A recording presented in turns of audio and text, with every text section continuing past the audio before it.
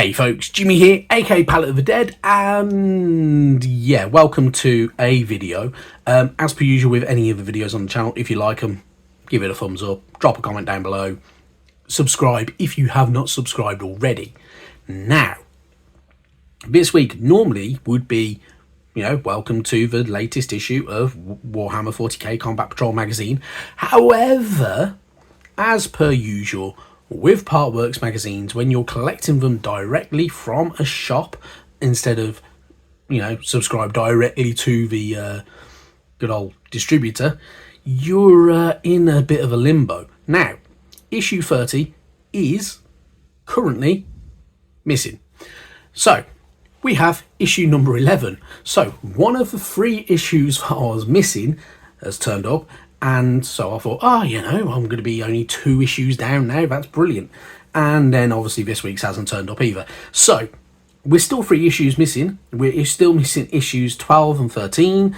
And now we're missing issue 30. Hopefully that one turns up sooner rather than later.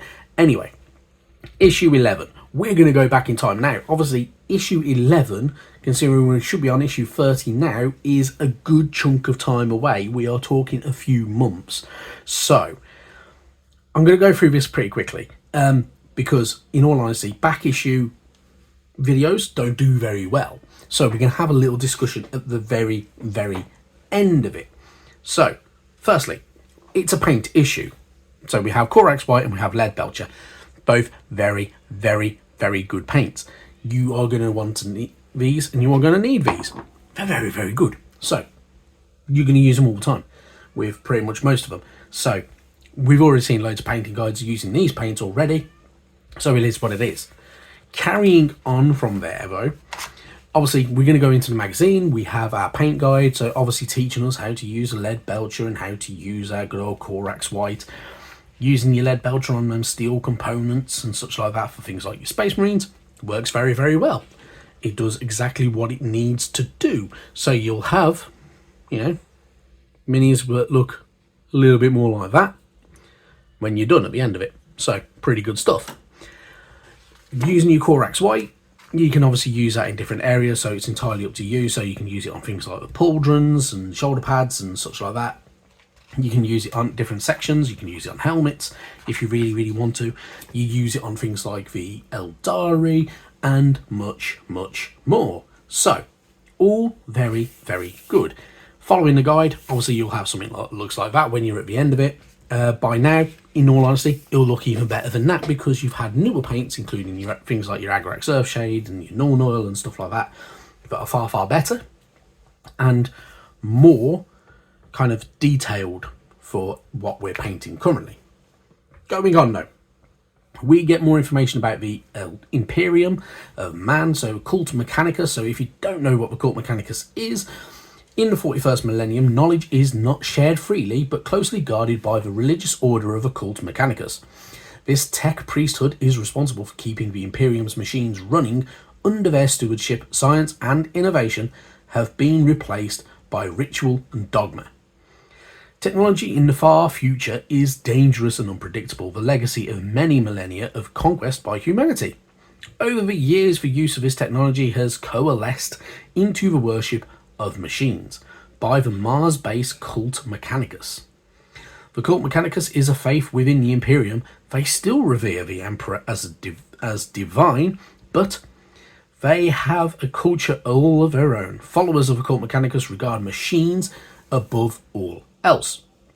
So, if you don't know what the Cult Mechanicus is, the Adeptus Mechanicus are the Skitari and such like, and I do quite like them. Some of the units from the Adeptus Mechanicus are really, really good. So things like the good old the Walkers and the Ornithopter and stuff like that are really, really cool. Some of them are a bit bland and a bit boring, and but they're pretty cool, they're pretty interesting, they're pretty different, and they praise the Omnissiah as well. So if you like your Warhammer lore, you'll get a little Space Marine stories and stuff like that includes the Cult Mechanicus helping out with kind of for repair and upkeep of certain things like the machines and like the vehicles and such like that over time. Pretty cool stuff. Then we move on, we get more information about Tyranids. So they are bioweapons. So every tool, ship and weapon used by the Tyranids is a specially adapted organism, or even a cluster of symbiotic organisms working as one. Tyranid weapon creatures are grotesque and horrifying, having been purpose-bred by the hive mind to work as effectively as any bolter, las cannon, or chainsword.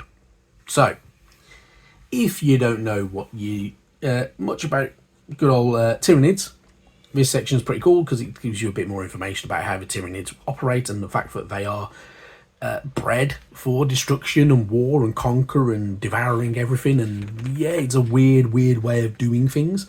But yeah, they're pretty cool. It's pretty interesting and very, very, very different. You get a little bit more information about them and how they kind of things like that. So they have flesh borers, devourers, living ammunition itself. So it can fire out things like living organisms that attack their target upon contact. Some may be veins and fins and barbs and such like that, which can do a bit more damage. They have venom cannons, there are rending claws, bone swords, the entire lot. So it's all really, really cool stuff and pretty interesting and a little bit different and quite grim at the same time. So the best way to think of Tyranids is the aliens from Alien plus firepower. So yeah, very, very different and unusual at the same time. Then there's a bit more of a carrying on of the story into the dark, so I'm not going to go too far into that because we've already had the all parts to it, so it is what it is. Then you got your play sections. Play section, very, very straightforward. So if you're further than this issue, you will have already gone through all of this, and it's very, very similar. So you get objective markers and how to utilize them, and the fact that each objective marker has a radius. So as long as you're within that radius, you can control that objective. Certain models can control objectives over certain others. So if you have a contested objective, there can be a victor over that without actually being in the combat phase and such like that. So it can all depend on the kind of their stats and such like that. So, you know, it can work. And it's a bit more different and a bit yeah, you'll learn it. That's the main thing. Anyway, if you played the scenario, good for you. Can't say I blame you. It actually included quite a bit of stuff. So the Captain, Librarian, and the Infernus squad going up against Barbgaunts, Termagants, Von Ryan's Leapers, and the Tyranid Prime, and having some of the terrain on there as well, and objectives, which is pretty cool and pretty different. So that's really, really good fun. I must admit, I do quite like the scenarios in these. Even the more basic ones, they teach you how to play the game, they get you through it, and away you go. So, pretty cool stuff there. At the very, very end, though, you have some cutouts if you want to. So you have cutouts for the objective markers. If you don't want to use these and you want to do something different, you can make objective markers.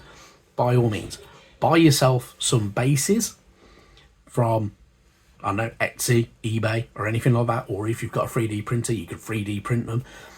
Get yourself some bits and pieces that you can use. So if you have extra sprues and bits of weapons and such like that, that you might be able to add on, you can utilize that base with some extra bits and pieces, some offcuts and some spare parts and such like that. Even some skulls if you want to use some skulls, and you can use those as objective markers. They work very, very well, and it's a bit more of a better visual representation. Some people utilize things like certain buildings and such like that, and terrain pieces.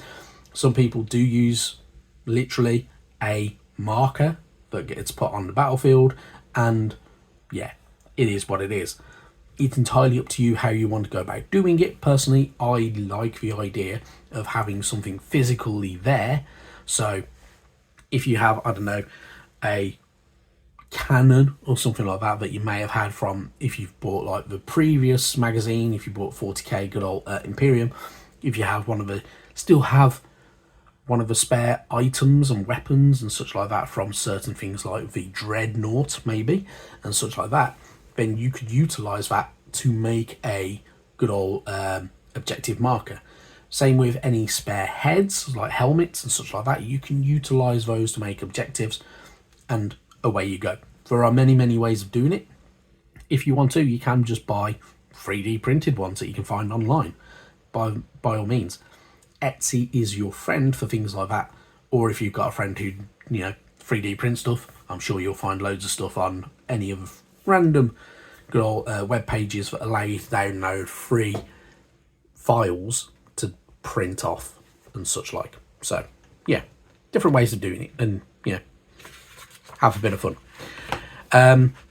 Yeah, those are the two issues that are missing for me still now. So missing issue 12 and issue 13, which are the Terminators for the good old Space Marine range. Hopefully one day they turn up, because it's getting really frustrating. It's been several months since these issues came out. We're now going into the chaos phase of the magazine's run, so it would be nice to finish off the Space Marines.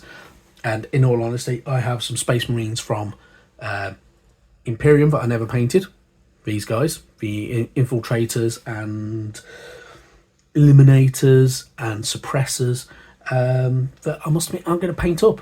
And yeah, there'll be a bit of a bigger Space Marine army that I will probably never use. Anyway, it is what it is. Happy days. Right. That, I think, is it for this magazine. Now, the one thing I do want to say is, before we go, is if you're looking to support the channel in any way, shape or form, I'm closing my Discord down. I do still use social media a little bit. I do need to kind of get back into it and go and get a bit more on top of it. So you can find me on Blue Sky. You can find me on Twitter if you really want to find me on Twitter. Although I don't really care for Twitter anymore. It's a bit too toxic. You can find me on Facebook, although I don't use it very often. You can find me on Instagram. I do try to post a bit more on Instagram, and you get a bit more photos and such like that. If you want to support the channel in other ways, there are things you can do. You can become a channel member. You don't have to. At the moment, there's no bonuses to becoming a channel member, so there's no member-only videos or anything like that. That may change in the future, hopefully, I might add. So we will see. The other thing that you could do, if you really want to, if you're going to be buying yourself any Warhammer goodies, if you're going to be buying any tabletop games, Pokemon cards, Magic the Gathering or anything like that, and you're shopping with Element Games or Wayland Games, I have affiliate links in the description down below. Utilize those. Not only are you saving money from ordering from them guys, but up to sometimes 20% on a lot of Warhammer stuff especially, but it gives me a tiny bit back. It's not a lot of money, but it all goes a long way to helping out the channel. The other thing I want to say is there will be extra content coming to the channel. I know I keep on promising it, but it will happen. I need to rewrite a script because I wrote it ages ago, never recorded it, and yeah, now some of it's not relevant and I need to improve it. So there will be some extra content coming. Look out for it. It'll be a bit more discussional, and if there's anything you think that we might want to discuss, by all means drop a comment down below and I'll have a look into it. If I feel like I can do it justice, I will try to. If I don't, then I will reply to you and say, look, I don't think this is really my wheelhouse, but thank you for thinking of me. Anyway, thank you very much for watching this video. Obviously we'll go through issue 30 as and when it turns up. Hopefully it's this week, but obviously there's no guarantees. But for now, thank you very much for watching, and I'll catch you next time. Bye bye now.